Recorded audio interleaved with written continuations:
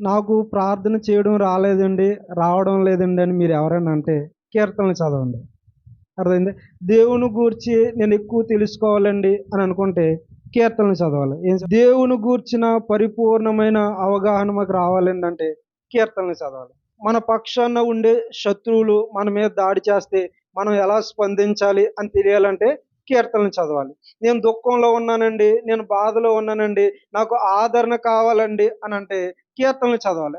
కీర్తనలు మీరు బాగా గమనిస్తే దేవునికి మనుషునికి ఉన్న సంబంధం ఏంటో తెలియజేస్తుంది కీర్తనల గ్రంథం అంతా. మీరు ఖాళీగా ఉన్నప్పుడు కీర్తనల గ్రంథం చదవండి. ఆ కీర్తన గ్రంథంలో దేవుడు ఏమై ఉన్నాడు, మానవుడు ఏమై ఉన్నాడు, మానవుడు దుఃఖం ఏమిటి, దేవుని సమాధానం ఏమిటి, మానవుడు ఎలా ప్రవర్తిస్తా ఉన్నాడు, దేవుడు ఎలా ప్రవర్తిస్తా ఉన్నాడు, దేవుని యొక్క ఆలోచన ఏంటి, మానవుని యొక్క ఆలోచన ఏంటి, దేవుని చిత్తంలో నడిచే మానవుడు ఎలా ఉంటాడు, దేవుని చిత్తంలో నడిస్తే ఆ మానవుడి పట్ల దేవుడు ఎలా ఉంటాడు, ఇవన్నీ మీకు తెలియాలంటే ఏం చదవాలో తెలుసా? కీర్తనలు చదవాలి. హల్లెలూయా. ఇది 3వ కీర్తన. ఏదో కీర్తన? 3వ కీర్తన. ఈ కీర్తనలో 8 వచనాలు ఉన్నాయి. ఎన్ని వచనాలు ఉన్నాయి? ఈ 8 వచనాలు ఉన్నాయి. ఈ కీర్తనలో మీరు బాగా గమనిస్తే యెహోవా అనే పేరు 5 సార్లు ఉంటుంది. ఎన్ని సార్లు? చూడండి, మొదటి వచనం యెహోవా, 5వ వచనం యెహోవా నాకు ఆధారం. అర్థమైందా? 3వ వచనం యెహోవా నీవే నా కేడెం. యెహోవా లెమ్ము. లాస్ట్‌నే రక్షణ యెహోవాదే. ఈ కీర్తనలో మొత్తం యెహోవా అనే పదం ఎన్ని సార్లు ఉంది? 5 సార్లు. ఆ కీర్తన 8 వచనాలే. ఎన్ని వచనాలు? 8 వచనాలు. 8 వచనాల్లో యెహోవా అనే పదం ఎన్ని సార్లు ఉంది? చిన్న కీర్తనలో 5 సార్లు యెహోవా అని ఉంది. మన జీవితకాలం కొద్దిగానే ఈ కొద్ది కాలంలో దేవుడు నీ జీవితంలో ఎన్నిసార్లు ఉన్నాడు, ఎన్నిసార్లు కార్యం చేశాడు, ఎన్నిసార్లు మాట్లాడాడు, ఎన్నిసార్లు నీ వంక చూశాడు, ఎన్నిసార్లు నిన్ను హెచ్చరించాడు, ఎన్నిసార్లు నిన్ను ఆశీర్వదించాడో ఖచ్చితంగా తెలుసుకోవాలి.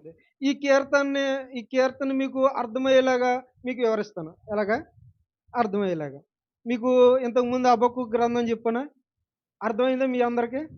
అర్థమైంది. ఈరోజు ఈ కీర్తన కూడా మీకు అర్థమయ్యేలాగా 2 ముక్కల్లో చెప్తా. ఎన్ని ముక్కలు? 2 ముక్కలు. 1-2 వచనాలు. 1-2 వచనాలు ఏంటంటే నిందలు. చెప్పండి. నిందలు. అక్కడ ఏమని ఉంటదంటే మొదటి వచనంలో చూడండి. యెహోవా నన్ను బాధించువారు ఎంతో విస్తరించి ఉన్నారు. నా మీదకి లేచువారు అనేకులు. నా మీదకి లేచువారు అనేకులు. నన్ను గూర్చి చెప్పుకునేవారు అనేకులు. అంటే దావీదు స్మరణ చేసేవాళ్ళు చాలా మంది ఉన్నారు. దావీదు మీద నిందలు వేసేవాళ్ళు చాలా మంది ఉన్నారు. అందుకని మొదటి 2 వచనాలు ఏంటంటే నిందలు. ఏంటి? నిందలు. నా మీదకి లేచువారు అనేకులు. నన్ను చంపడానికి లేచేవారు అనేకులు. నా గురించి మాట్లాడుకునేవాళ్ళు, పక్కకెళ్ళి నా గురించి మాట్లాడుకునేవాళ్ళు అనేకులు. అందుకని 1-2 వచనాలు ఏంటంటే నిందలు. ఆ తర్వాత 3-8 వచనాలు ఏంటంటే నిరీక్షణలు. ఏంటి చెప్పండి?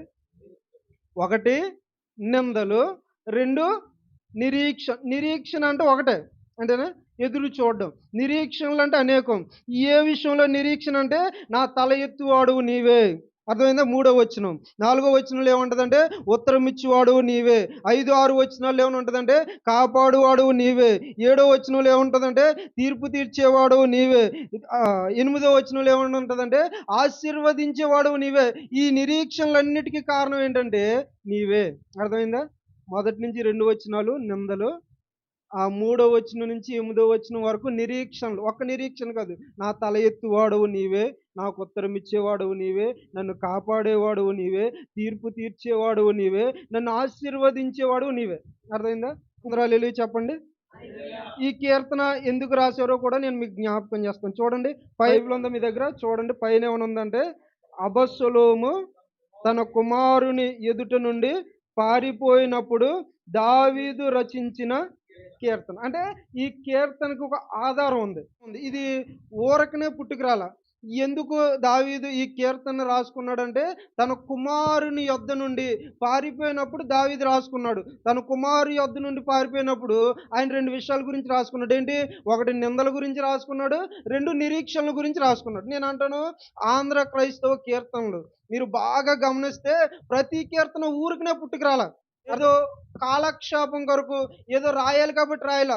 ఆంధ్ర క్రైస్తవ కీర్తనలు ప్రతి కీర్తన ఒక పరిస్థితిని బట్టి బయటకొచ్చింది. వారు పడిన బాధల నుంచి, వారు పడిన కష్టాల నుంచి, వారు పడిన ఇబ్బందుల నుంచి, వారు అనుభవించిన ఆత్మీయ లేమి నుంచి, వారు అనుభవించిన ఆత్మీయ అభివృద్ధి నుండి వీటన్నిటి మధ్యలోంచి వెలువడిన అద్భుతమైన కీర్తనలే ఆంధ్ర క్రైస్తవ కీర్తనలు. కాబట్టి అయి ఊరకనే ఏదో కూర్చొని రాసేసి వచ్చేసినయి కాదు. మీరు చాలా జాగ్రత్తగా గమనిస్తే ఆంధ్ర క్రైస్తవ కీర్తనల్ని మీరు ప్రశాంతంగా పెట్టుకుని వింటే ఏదో తెలియని ఆనందం కలుగుతా ఉంటది. నేనంటాను తరాలు గతించిన, ఎన్ని తరాలొచ్చినా పోని కీర్తనలు ఏమైనా ఉన్నాయంటే అది ఆంధ్ర క్రైస్తవ కీర్తనలు మాత్రమే. హల్లెలూయా! అంటే భక్తుల జీవితంలో వారికి ఎదురైన పరిస్థితుల మధ్యలో రాసిన కీర్తనలే ఆంధ్ర క్రైస్తవ కీర్తనలు. నన్ను దిద్దుము చిన్న ప్రాయం, ఇవన్నీ అర్థమైంది. ఇవన్నీ ఆంధ్ర క్రైస్తవ కీర్తనలు. అలాగే దావీదు కూడా కీర్తన రాసుకోవడానికి ఏ కారణం లేకుండా రాయలా. ఏదో కూర్చుని రాజు కాబట్టి సింహాసనం మీదకి ఒరేయ్ పేపర్ పెన్ తీసుకురని ఏదో రాయాలి కాబట్టి యెహోవా నా కాపరి అని రాసుకోలే. అపమారుడి యొద్ద నుండి పారిపోయినప్పుడు ఆ దుఃఖంలో రాసుకున్న కీర్తనే ఈ 3వ కీర్తన. అర్థమైందా? కీర్తనని 2 భాగాలుగా విడదీశాం. ఒకటి నిందలు, 2 నిరీక్షణలు. ఎప్పుడు రాసుకున్నాడంటే అతడు తన కుమారుని యొద్ద నుండి పారిపోయినప్పుడు అతడు రాసుకున్న కీర్తనలు. కాబట్టి ఇప్పుడు వరకు మీకు 3వ కీర్తన అర్థమైపోయింది. అర్థమైందా? ఇప్పుడు ఈ 3వ కీర్తనలో మనం నేర్చుకోవాల్సిన పాఠాలు ఒక్కొక్కటిగా చెప్పి నా మాటలు ముగించేస్తాను.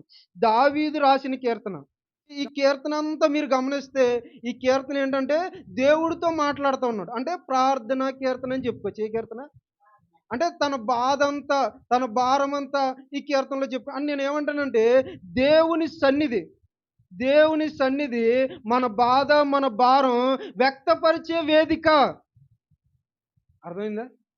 మన బాధల్ని, మన భారాల్ని వ్యక్తపరిచే వేదిక ఏదైనా ఉందంటే అది దేవుని సన్నిధి. దేవుని సన్నిధిలో మనం ఏదైనా పొందుకోగలం. దేవుని సన్నిధిలో ఏదైనా సాధించుకోగలం. అర్థమైందా? దావీదు ఏం చేస్తున్నాడంటే దేవుని సన్నిధిలోకెళ్ళి ఆయన దేవుడితో చెప్పుకుంటా ఉన్నాడు. నేనంటాను మీ జీవితంలో ఎదురయ్యే ఏ పరిస్థితినైనా మీరు చెప్పుకోవాల్సింది మనుషులకు కాదు. మీరు చెప్పుకోవాల్సింది ఎవరికో తెలుసా? దేవునికి. అంటే దేవుని సన్నిధి మనం చెప్పే మాటలు వినే వేదిక. హల్లెలూయా! నువ్వు వేదిక మీద ఉండి చెప్తా ఉన్నావు, ఆయన పైనుండి ఆలకిస్తా ఉన్నాడు. అందుకని దేవుని సన్నిధి ఎంతో గొప్పది. అందుకే నీ సన్నిధానంలో నాకు సంపూర్ణమైన సంతోషం కలుగుతుంది. అంటే నీ సన్నిధికి నేను బాధతో వస్తా ఉన్నా, నీ సన్నిధికి దుఃఖంతో వస్తా ఉన్నా, నీ సన్నిధికి వేదంతో వస్తా ఉన్నా, నీ సన్నిధితో ఏవేవో లోపల అలజడులతో వస్తా ఉన్నా, నీ సన్నిధికి వచ్చినప్పుడు సంపూర్ణమైన సంతోషం కలుగుతూ ఉంది. నువ్వేం చేస్తున్నావు అంటే ఈ భారాలన్నీ తీసి పక్కన పెట్టి నీకేం చేస్తున్నాడో తెలుసా? సంతోషం కలుగు చేస్తా ఉన్నాడు. దావీదు ఏం చేస్తున్నాడంటే తాను పారిపోయిన తర్వాత మనుషుల్ని ఆశ్రయించకుండా దేవుని సన్నిధిలో మోకరించి దేవుని సన్నిధిలో ప్రార్థన చేస్తా ఉన్నాడు. అర్థమైందా? అర్థమైందా? నేనేమంటానంటే మీ పరిస్థితి ఏదైనా పక్క వాళ్ళకి చెప్పండి. అర్థమైందా? మీ బాధ ఏదైనా పక్క వాళ్ళకి చెప్పండి. వారు మంచోరే అనుకో మీ కొరకు ప్రార్థన చేస్తారు. వారు చెడ్డోరే అనుకో మీ గురించి ప్రచారం చేస్తారు. అర్థమైందా? నీ బాధ ఏదో నువ్వు చెప్పుకున్నావు, కానీ వాడు నీ బాధని వాడు బాధగా తీసుకోడు. వాడు ఏం చేస్తాడంటే బాహాటంగా దాన్ని ఏం చేస్తాడో తెలుసా? ప్రకటన చేసి నిన్ను హేళన చేస్తాడు. నిన్ను తక్కువ చేయడానికి చూస్తాడు. కాబట్టి మీ జీవితంలో ఏదైనా చెప్పుకోవాల్సింది ఎవరికే? దేవునికి. మళ్ళీ చెప్పాలి. మీ జీవితంలో చెప్పుకోవాల్సింది ఏదైనా ఎవరు చెప్పుకోవాలి? హల్లెలూయా! దావీదు దేవునితో చెప్తా ఉన్నాడు. ఏమని చెప్తున్నాడో నేను 3 సంగతులు జ్ఞాపకం చేస్తాను.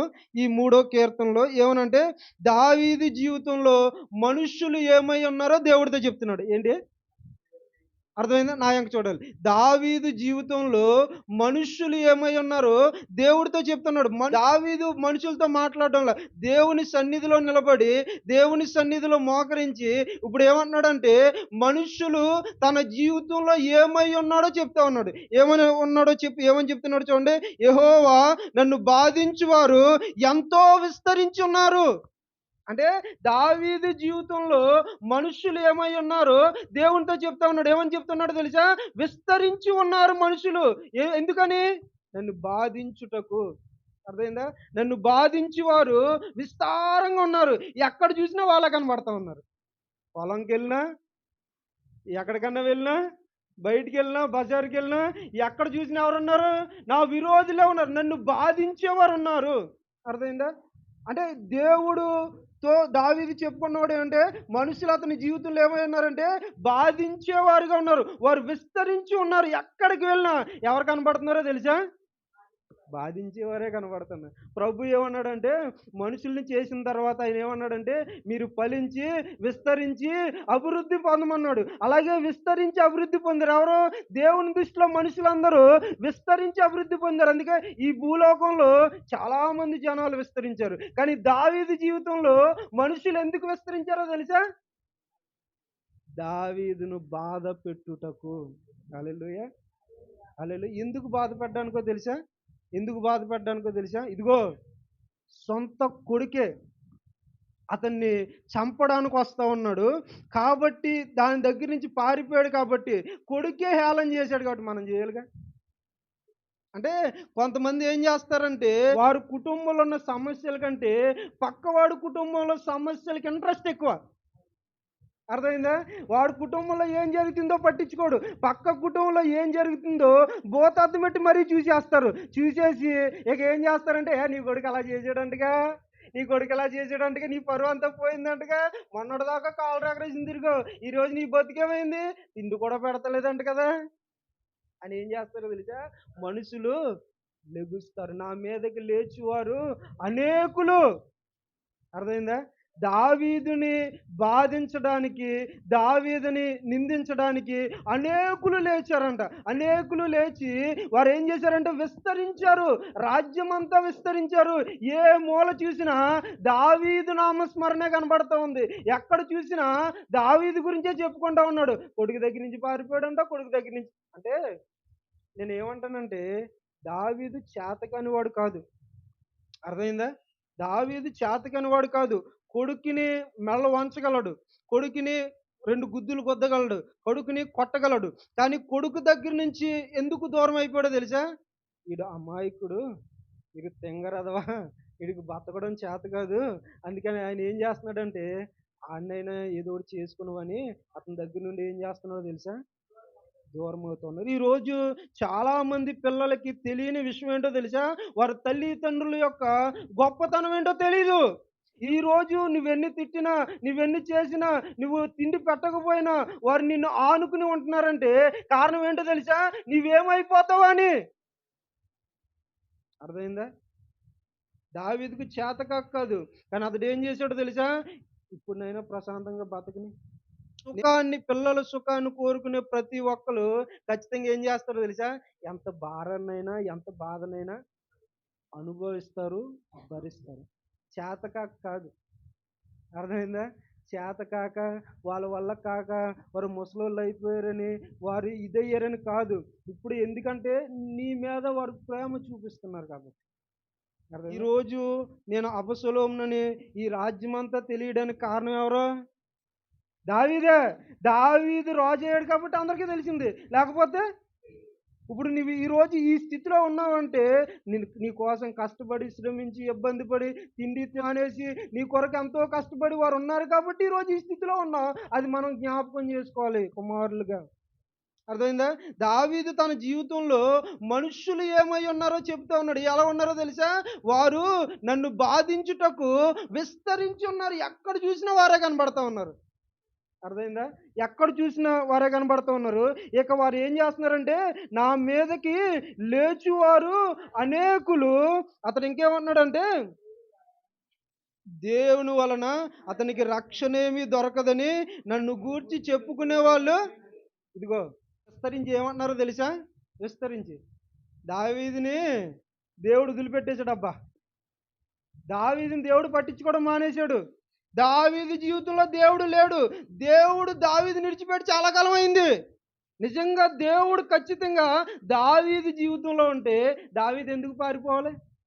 నిజముగా దేవుడు దావీదు జీవితంలో ఉంటే అతని రాజ్యం అతని కుమారుడికి ఎందుకు వెళ్తుంది? నిజంగా దేవుడు అతని జీవితంలో ఉంటే ఎందుకు ఎలా జరుగుతుంది? కాబట్టి దావీదు జీవితంలో దేవుడు లేడు, దేవుడు విడిచిపెట్టారని వారు ఏం చేస్తున్నారంటే ఒకరితో ఒకరు చెప్పుకుంటా ఉన్నారు. అయిపోయిందిరా దావీదు పని, ఇక మూట ముళ్ళు సర్దుకోవడమే.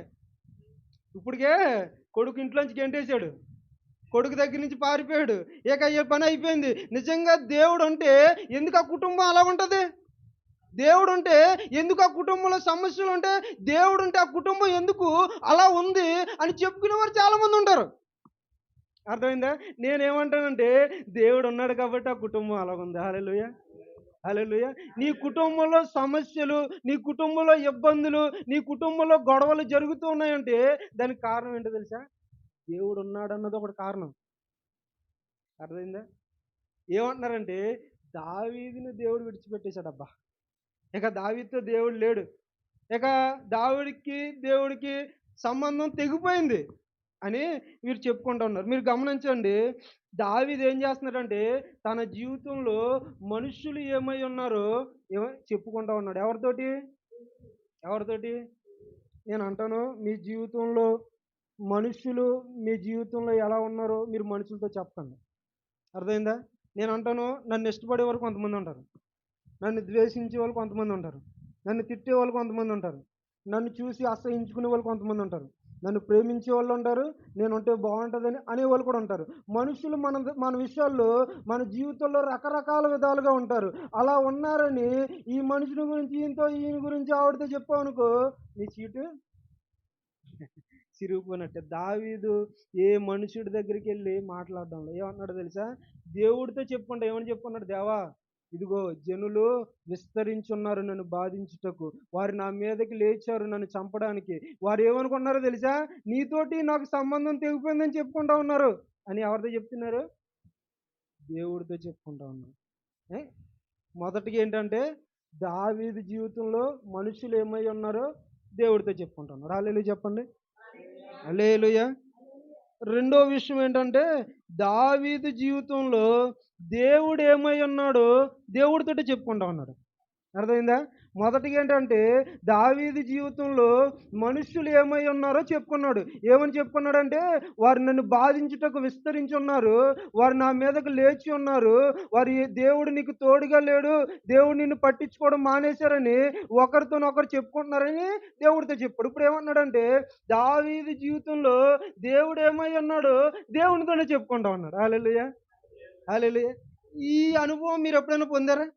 దేవా, నా జీవితంలో నీవు రక్షకుడిగా ఉన్నావు, నా జీవితంలో రక్షించేవాడుగా ఉన్నావు, నా జీవితంలో ఆదరించేవాడుగా ఉన్నావు, నా జీవితంలో పోషించేవాడుగా ఉన్నావు, నా జీవితంలో చూస్తున్నావు, నా జీవితాన్ని పట్టించుకునేవాడుగా ఉన్నావు అని మీరు ఎప్పుడైనా దేవునితో మీ ప్రార్థన జీవితంలో చెప్పారా? చెప్పకపోతే ఈరోజు నుంచి చెప్పండి. హల్లెలూయా. ఈరోజు నుంచి చెప్పండి. మీ దృష్టిలో దేవుడు ఏమై ఉన్నాడో దేవునికి తెలియజేయండి. మనుషులకి చెప్పమంటే అబ్బో విస్తారంగా చెప్పేస్తాం, ఎందుకంటే వాడికి తెలియదు దేవునితో మన సంబంధం ఏంటో. అర్థమైందా? మాటలే కాబట్టి చెప్పేస్తాం, దేవుడు ఎలా ఉన్నాడు ఎలా ఉన్నాడు ఎలా ఉన్నాడు అని చెప్పేస్తాం. దేవునితో నువ్వు చెప్పుకున్నప్పుడు నీ యథార్థత బయటపడుతుంది. అంటే నువ్వు ముసుకేసుకుని చెప్పలేవు దేవుని సన్నిధిలో. యథార్థముగా దేవుని సన్నిధిలో మనం ఉండాలంటే దేవుడు మన జీవితంలో ఏమై ఉన్నాడో దేవునితోనే మనం చెప్పుకోవాలి. అర్థమైందా? దావీదు జీవితంలో మనుషులు ఏమై ఉన్నారో అంటే దావీదు జీవితంలో మనుషుల వల్ల చాలా బాధ అనుభవించాడు, చాలా దుఃఖం అనుభవించాడు. అటు కుటుంబ పరంగా సుఖం లేదు, అటు కుటుంబ పరంగా నెమ్మది లేదు. సరే బయటికి సమాజంలోకి వస్తే సమాజంలోనూ నెమ్మది లేదు, సమాజంలో సుఖం లేదు. ఎక్కడికి వెళ్ళి ఏం చేస్తున్నారంటే పొడిచేవారు బాధించేవారు ఎక్కువైపోయారు. అంత బాధలో ఉన్న కనపడడం మీద చిరాకు పడల. అతడు ఏం చేస్తున్నాడంటే దేవుని సన్నిధిలో మోకరించి, దేవా, నా జీవితంలో వీరు ఎలా ఉన్నారు, అని మనుషులందరి గురించి చెప్పుకున్నాడు. ఇప్పుడు ఏం చేస్తున్నాడంటే నీవు నా విషయంలో ఏమై ఉన్నావో అని చెప్పుకుంటా ఉన్నాడు. ఏమని చెప్పుకున్నాడు చూడండి, 3వ వచనం. ఆ, ఆ. చూడండి, ఇటు చూడండి. ఏమంటున్నాడంటే యెహోవా నీవే నా కేడెము. అంటే నీవు నన్ను కప్పేశావు, నా ముందున్నావు. అర్థమైందా?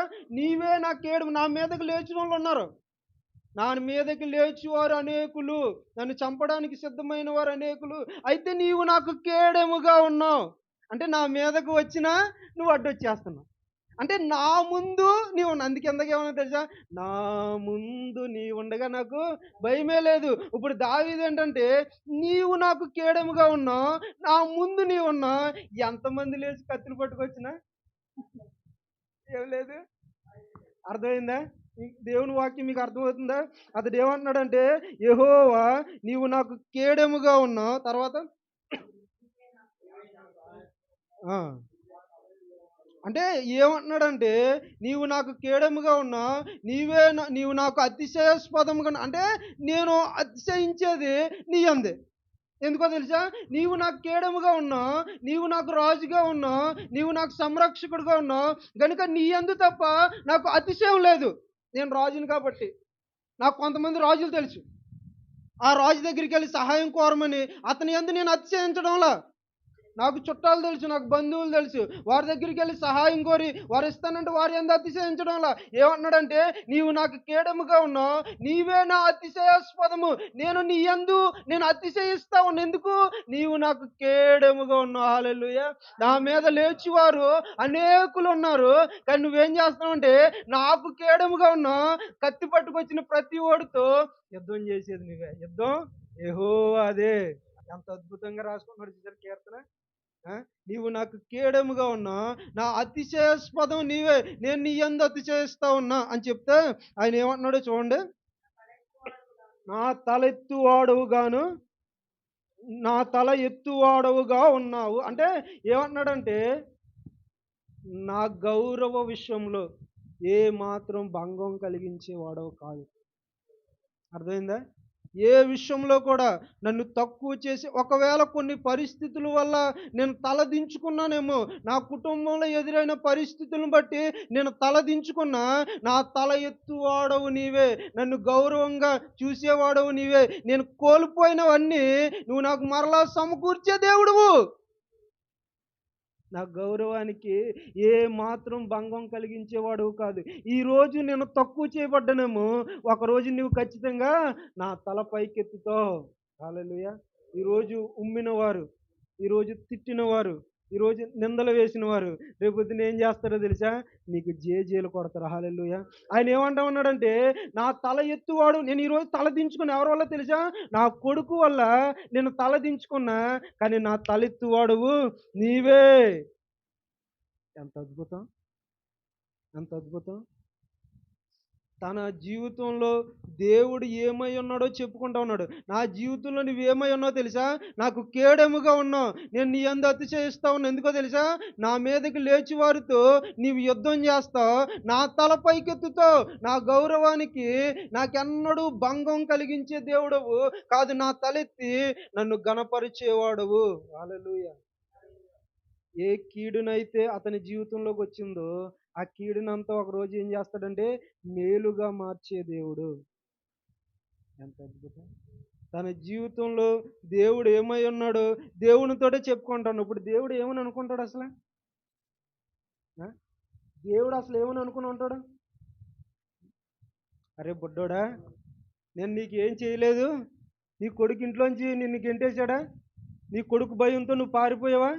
పారిపోయినోడు నా మీద నిందలేయకుండా నా కేడెం నువ్వే అని చెప్తా ఉన్నావు, నా అతిశయం నువ్వే అంటున్నావు, నా తల ఎత్తువాడు నీవే అని చెప్తా ఉన్నావు. నాకు ఎంతకంటే గొప్ప ఆనందం ఏం కలుగుతుంది అని తన హృదయంలో తరించిపోయి ఉంటాడు. తన హృదయంలో ఆనందాన్ని వ్యక్తపరిచాడు. ఇటువంటి భక్తుడు ఈ భూమి మీద నాకు దొరకడు.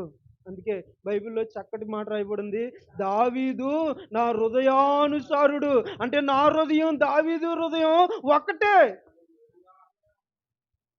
ఎంత అద్భుతం! దేవుడు అంత ఆనందపడిపోయేవాడు. నేను అంటాను, మీ పరిస్థితులను బట్టి మీరు మనుషులు నిందించకుండా ఆ పరిస్థితి మధ్యలో దేవుడు ఏం చేయగలడని నువ్వు వణికిని ఆయనతో చెప్పు, దేవా నీవు నా తలెత్తు వాడవు, నీవు నాకు కేడెముగా ఉన్నావు, నీవే నా అతిశయము, నీవు నా నా జీవితంలో ఎలాగ అనుకుంటున్నా నీవు ఖచ్చితంగా కార్యము చేయగల దేవుడవు.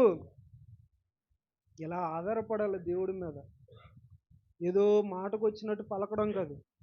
దేవునితో నువ్వు మాట్లాడుతూ ఉంటే నీ యథార్థత ఏంటో, నీ భక్తి ఏంటో, నీవేంటో బయటపడతావు. అర్థమైందా? దావీదు ఏమన్నాడు తెలుసా? నా కేడెము నీవే, నా అతిశయం నీవే, నా తల ఎత్తువాడవు నీవే, ఇక నేను సిగ్గుపడను.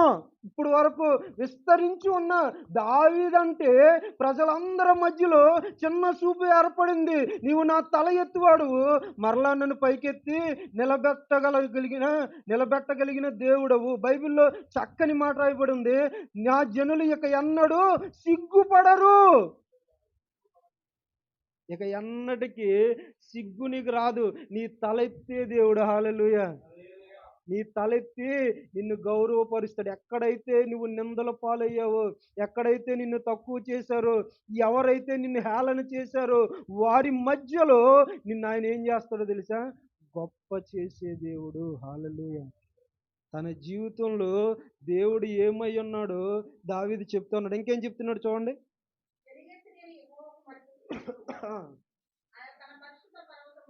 ఆ, ఆ. ఇక్కడ నా యొక్క చూడండి, ఇక్కడ దావీదు ఏమంటున్నాడంటే, నేను ఎలుగెత్తి యెహోవాకు మొరపెట్టినప్పుడు ఆయన తన పరిశుద్ధ పర్వతం నుండి నాకు ఉత్తరం ఇచ్చిన. అంటే దేవునికి దావీదుకి మధ్య ఉన్న సంబంధం ఏంటో ఇక్కడ దావీదు దేవుడితో చెప్పుకుంటూ ఉన్నాడు. అర్థమైందా? నేను నీకు మొరపెడితే నీవు నాకు ఉత్తరం ఇస్తావు. ఇటు నుంచి సమాధానం ఉంది, ఇటు నుంచి ఇన్కమింగ్ అవుట్ గోయింగ్ రెండో ఉన్నాయి. ఇన్కమింగ్ ఉంది, అవుట్ గోయింగ్. అంటే ఇక్కడి నుంచి సమాధానం ఉంది, అక్కడి నుంచి సమాధానం. కానీ ప్రజలు ఏమనుకున్నారో తెలుసా? రెండో వచనంలో, దేవుని వలన అతనికి రక్షణ ఏమీ దొరకదని నన్ను గూర్చి చెప్పుకునే వాళ్ళు అనేకులు. అంటే అంటే ఏం జరుగుతుందంటే దావీదుని దేవుడు విడిచిపెట్టేశాడు. దావీదు పని అయిపోయింది. దావీదుకి దేవునికి మధ్య సంబంధం తెగిపోయిందని ఎవరు అనుకుంటా ఉన్నారు? ఎవరు అనుకుంటున్నారు? కానీ ఇక్కడ దావీదు ఏం చేస్తున్నాడు తెలుసా? వారి పిచ్చోళ్ళు. ఎవరు? వారి పిచ్చోళ్ళు. వారికి తెలియదు నీకు నాకున్న సంబంధం మనకు తెలుసు. ఎవరికి తెలుసు? నేను నీకు ప్రార్థన చేస్తానా, నువ్వు నాకు జవాబు ఇస్తావా? నేనేంటో నీకు తెలుసు, నువ్వేంటో నాకు తెలుసు. మన ఇద్దరి బంధం నాకు తెలుసు, నేనేంటో నీకు తెలుసు. నీ హృదయం నా హృదయం ఏక హృదయం అయింది. వీళ్ళకి తెలియదు. వీళ్ళు ఏమనుకుంటున్నారో తెలుసా? దేవుడు వదిలిపెట్టేశాడు దావీదుని. ఇక దావీదు పని అయిపోయింది. ప్రజలు మీ గురించి ఏమంటున్నా మీరు పట్టించుకోవాల్సిన దేవునితో మీ బంధం ఏమైందో నీకు నాకు తప్ప ఎవరికి తెలియదు. అర్థమైందా? ఆయన దేవుని సన్నిధిలో సరిగ్గా లేడండి అని చెప్పడానికి నువ్వెవడు? అది ప్రార్థన చేయట్లేదండి అని చెప్పడానికి నువ్వెవడు? ఆ భక్తి సరిగ్గా లేదండి అని చెప్పడానికి నువ్వెవరు? భక్తి చేస్తున్నాడో లేదో ఖచ్చితంగా ఎవరో తెలుస్తుందండి? అతనికి, దేవునికి. అంటే నేను ఈ కీర్తన ద్వారా మనం నేర్చుకోవాల్సిన పాఠం ఏంటంటే దేవునితో మన సంబంధాన్ని పెంచుకుందాం. హల్లెలూయా. దావీదు ఏమన్నాడు తెలుసా? నేను మొరపెట్టినను ఆయన నాకు ఉత్తరం ఇస్తాడు. అంటే మా ఇద్దరి మధ్య సంబంధం ఎలాగుందో తెలుసా? సమాధానంగా ఆరోగ్యకరంగా ఉంది. ఇక నాకేంటి? అంటే మీరు దేవునితో మీ సంబంధాన్ని పెంచుకోండి. మనుషులతో సంబంధం తెగిపోయినా పర్లేదు, దానివల్ల ఏ ఇబ్బంది పడవసరం లేదు. కానీ దేవునితో మీ సంబంధాన్ని పెంచుకుంటే మనుషులకు మనం అర్థం కాకపోయినా దేవునికి అర్థం కలుగుతాం. అందుకని ఆయన ఏం చేస్తాడో తెలుసా? నీ తలపైకి ఎత్తుతాడు. ఎప్పుడు? ఆయన సన్నిధిలో ఆయనతో బంధాన్ని పెంచుకున్నప్పుడు. హల్లెలూయా.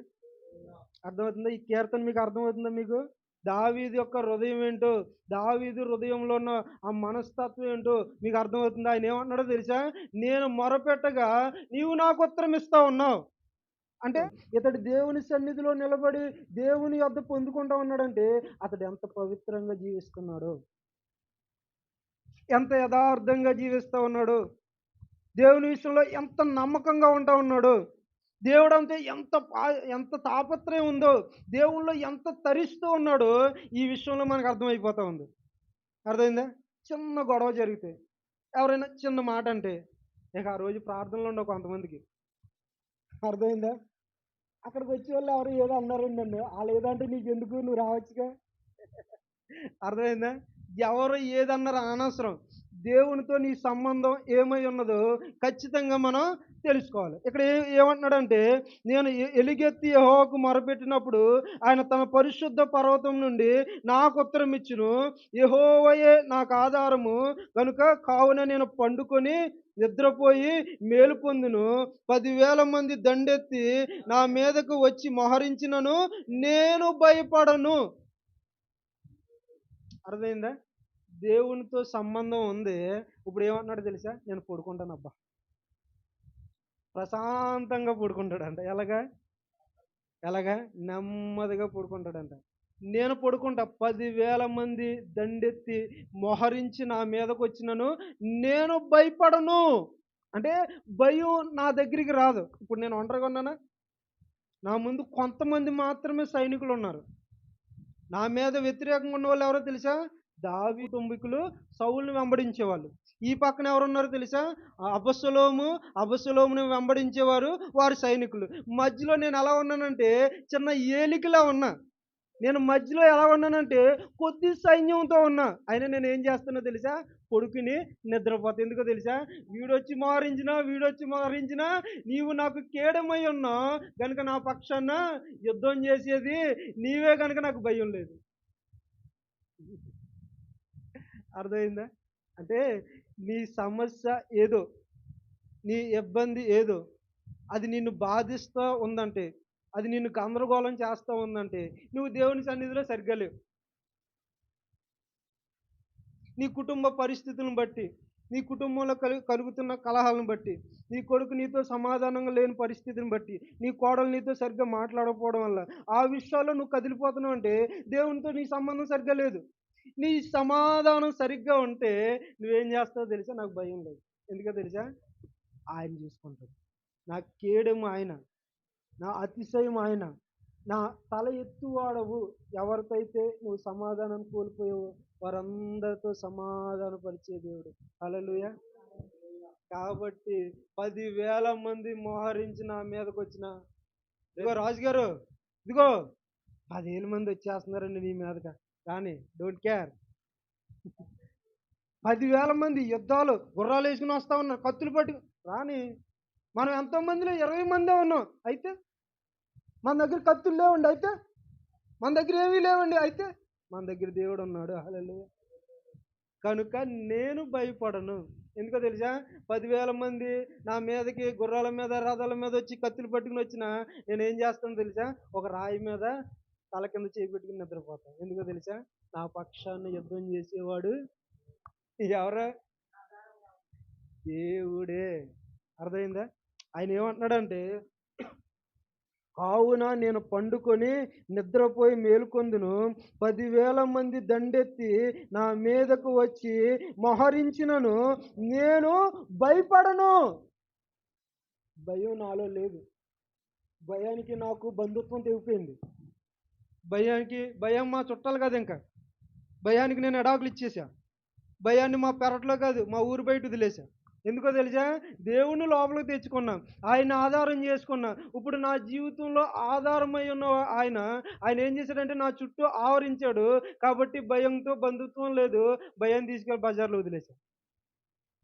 అర్థమైందా? కనుక నేను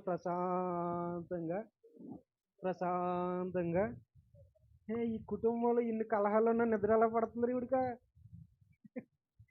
కుటుంబంలో ఎంత కొడుకు మాట్లాడ్డా, కూతురు మాట్లాడదా, కోళ్ళ మాట్లాడదా, అల్లుడు మాట్లాడ్డా, ఎవరు పట్టించుకోరా? ప్రశాంతంగా ఎందుకు నిద్రపోతుంది? దేవుణ్ణి ఆధారం చేసుకుంది కాబట్టి. అర్థమైందా?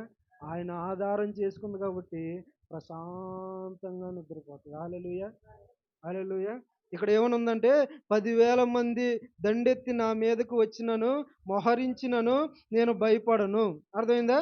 దేవుడు దావీదు జీవితంలో మనుషులు ఏమై ఉన్నాడో చెప్పాడు. నా ఎంక చూడండి. హల్లెలూయా చెప్పండి. దావీదు జీవితంలో మనుషులు ఏమై ఉన్నాడో చెప్పాడు.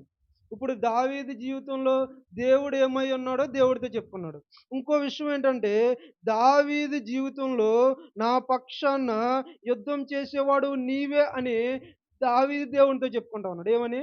నా పక్షాన యుద్ధం చేసేవాడువు నీవే అని దావీదు ఏం చేస్తున్నాడంటే దేవునితో చెప్పుకుంటున్నాడు. చూడండి 7వ వచనం. యెహోవా లెమ్ము, నా దేవా నన్ను రక్షించుము, నా శత్రువులందరి దవడ ఎముక మీద కొట్టువాడవు నీవే, దుష్టుల పళ్ళును విరగగొట్టువాడవు నీవే, రక్షణ యెహోవాదే.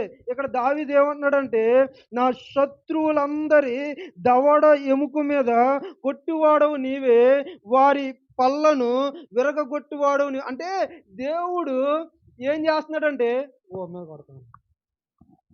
అర్థమైందా? నువ్వు కొట్టావనుకో పన్నోడొచ్చు ఓడకపోవచ్చు. అర్థమైందా? నువ్వు వెళ్ళి గొడవ పడి కేకలేసి గుద్ది అది తిట్టి ఇది తిట్టి ఈ కంగారు కంగారుకి వెళ్ళి గో మీద కొట్టావనుకో పళ్ళు ఓడకపోవచ్చు. కానీ దేవుడు కొడితే 36 పళ్ళు ఊడిపోతాయి. నా శత్రువు యొక్క దవడ ఎముక మీద కొట్టువాడవు నీవే, వారి పళ్ళను ఓడగొట్టువాడవు నీవు. అంటే దేవుని సన్నిధిలో ఏమని చెప్పుకుంటా ఉన్నాడంటే నేను ఇంత బాధ అనుభవిస్తూ ఉన్నానా, ఇంత దుఃఖంలో ఉన్నానా, నా శత్రువులు విస్తరించి ఉన్నారా, నన్ను బాధిస్తూ ఉన్నారా, నా శత్రువు విషయంలో తీర్పు తీర్చివాడవు నీవు, వారి దవడ అంటే నీ మీద తిరుగుబాటు చేసే ప్రతి వాడికి దేవుడు ఏం చేస్తాడో తెలుసా? ఖచ్చితంగా తీర్పు తీరుస్తాడు. నువ్వు పళ్ళు నూరడం కాదు, ఆయన పళ్ళు నూరి వీడి పళ్ళు ఎరగొడతాడు. అర్థమైందా? నా శత్రువు యొక్క దవడ మీద కొట్టువాడవు నీవే, వారి పళ్ళను విరగగొట్టువాడవు నీవే. కొడితే ఒక్కసారి కొడితే నేలను పడిపోతావు. అంటే నువ్వు అనుభవించేదేదో అనుభవించు, నువ్వు దుఃఖపడితేదో దుఃఖపడు, నీ జీవితంలో నేను ఏమై ఉన్నానో నువ్వు అనుకో. కానీ నేను ఏం చేస్తానో తెలుసా? నీ శత్రువు అన్నవాడిని ఒక్కడిని కూడా నేను వదిలిపెట్టను. నీ మీద దాడి చేసేవాడిని ఒక్కడిని కూడా నేను వదిలిపెట్టను. వాడి దవడ మీద కొట్టి వాడి పళ్ళను ఊడ పీకుతాను. అంటే మన దేవుడు చూస్తా ఊరుకునేవాడు కాదు. ఎవరి విషయంలో తెలుసా? నీ విషయంలో. ఆయన ఏమంటాడంటే మిమ్మల్ని ముట్టువాడు నా కనుగుడ్డును ముట్టువాడితో సమానం. ముడతా ఉన్నాడు, నేనేం చేస్తున్నా తెలుసా? ఒక్క కొట్టు కొడతా, ఇక వాడి జీవితం ఏమైపోద్ది? ఇది ఎవరికి అంటే ఆయన యందు ఉన్న వారికి మాత్రమే. అలాగనండి మీరు అందరూ వెళ్ళి దేవుడు నీ పొల్లు ఓడగొడతాడని అనకండి. అర్థమైందా? దేవుడు నీ దవడమే కొడతాడు, అది కూడా పాపమే. ఏది? నువ్వు చెప్పుకోవలసింది దేవుని సన్నిధిలోనే. కార్యం అక్కడి నుంచి మొదలవ్వాలి, యుద్ధం అక్కడి నుంచి మొదలవ్వాలి, సమాధానం నీ జీవితంలో రావాలి. హల్లెలూయా, హల్లెలూయా. దావీదు ఏమంటున్నాడంటే నా శత్రువుల అందరి దవడ ఎముక మీద కొట్టువాడవు నీవే, దుష్టుల పళ్ళును విరగగొట్టువాడవు నీవే. చాలండి. ఏమంటున్నాడు చూసావా?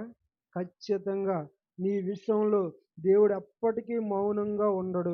ఒకవేళ మౌనంగా ఉన్న ఒక రోజు వస్తుంది, ఆ రోజు ఖచ్చితంగా నీ పక్షాన నిలబడి ప్రతీకారం తీర్చుకునే దేవుడు. హల్లెలూయా, హల్లెలూయా. తీర్పు తీర్చువాడు నీవు కాదు, ఆయనే. హల్లెలూయా. కాబట్టి దావీదుక భయం లేదు. తిట్టివాడిని తిట్టనవరా దావీదు గారు, రాజు గారు, ఇదిగో వాడు మొన్నటిదాకా నీ కాళ్ళ దగ్గర బానిసగా ఉన్నాడా, ఈ రోజు రోడ్డు మీదకి వెళ్ళి నీ మీద తిడతా ఉన్నాడు, తిట్టనే. దేవుడు వాడి పళ్ళు ఎరగొడతాడు. దేవుడు ఆయన కొట్టే రోజు వస్తూ ఉంది, ఖచ్చితంగా వాడిని కొడతాడు.